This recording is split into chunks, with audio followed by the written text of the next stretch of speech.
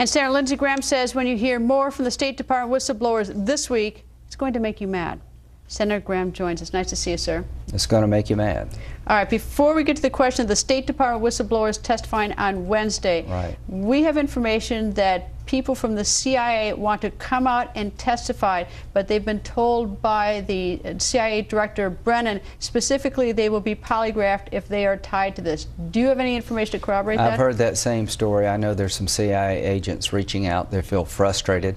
The CIA generally got this right, and they feel frustrated about what happened that night, before and after. So we'll see where this goes. Are these CIA agents who are on the ground in Benghazi that night, or are these CIA agents, people work at the CIA here in Washington? It's my belief that at least one of them was on the ground, but time will tell.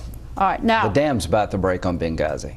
All right. You wrote a letter May 6th to the State Department, March 15th to the State Department. Today you're finally getting one back, and it's from the Thomas Gibbons, Acting Assistant Secretary, Legislative Affairs. And he says, among other things, that he says the department appreciates your interest in talking to the 5 State Department diplomatic security agents who survived the attack. At the same time, we have serious concerns about their welfare and want to be careful not to interfere with the FBI's investigation of the attack. They go on to say, should their identities become public, they may become targets, putting their lives as well as those of their families and the people they protect at increased risk. Your response, sir? Completely unacceptable. The 5 people who were diplomatic security have never been talked to by the Congress. It's our job to oversee and provide oversight to the executive branch. And look what's happened. Thank God for the House, Jason Chaffetz and Darrell Issa pushing this thing. So no, we want the survivors to come forward, and we'll protect their identity. We want to know what happened. Did the ARB talk to these people, do you know? I have no idea. All I know is that what we're finding out is that the story told by the State Department, Susan Rice, the President himself, was so completely wrong and false. There's a reason. Why did Susan Rice and the President push this narrative that it was a spontaneous event caused by a hateful video? Because if the truth had come out 7 weeks before an election, this was an al-Qaeda-inspired, pre-planned attack, it would undercut the narrative politically that bin Laden's dead, we're all safer.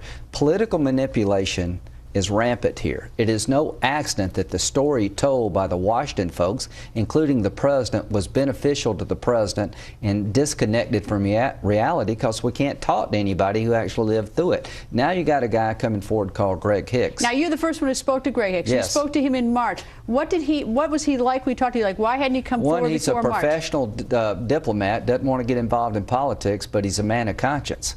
He knows what happened that night. He's the last guy to talk to Chris Stevens. He knows it was a terrorist attack from day one. And what baffles everybody that lived through this is how Washington could tell a story about what they lived through so different than what actually happened on the ground. And there is no other explanation other than the people in Washington telling the story had political motivations, because the people on the ground are telling us what they lived through is completely different than what the President told the people about. Gregory Hicks, who's number 2, right below the ambassador in Libya. Number 2. Why did he wait until March to come forward? What did he say? Well, the same reason that everybody feels chilled. I've been asking for survivors to come forward, people who were involved, not just survivors, and every agency in the government is stonewalling. These guys are whistleblowers. They came forward out of conscience. Greg Hicks knew that Chris Stevens was being thrown under the bus. Chris should have never been there. That's the new narrative. Well, they knew he was in Benghazi. So the people who knew Chris Stevens, who lived through this attack, believe that what they went through has been misrepresented. All right. Well, there's a note from the State Department, one of my notes, saying that Gregory Hicks has an axe to grind against the State Department. That's why he's doing this now. Well, I think Greg Hicks is going to tell a story consistent with what we now know to be the truth. And the only axe to grind I think anybody has here, including me, is that you can't let your government lie to you. You got 4 dead Americans, and the story told by the highest levels of our government about how they died was a bunch of garbage. All right, well, we're actually going to go to this hearing on Wednesday. I hope so. We're going to go to and see and watch it and monitor it as well. And there's more coming. And I understand that. Thank you, sir. Nice to see you, Senator. Thank you.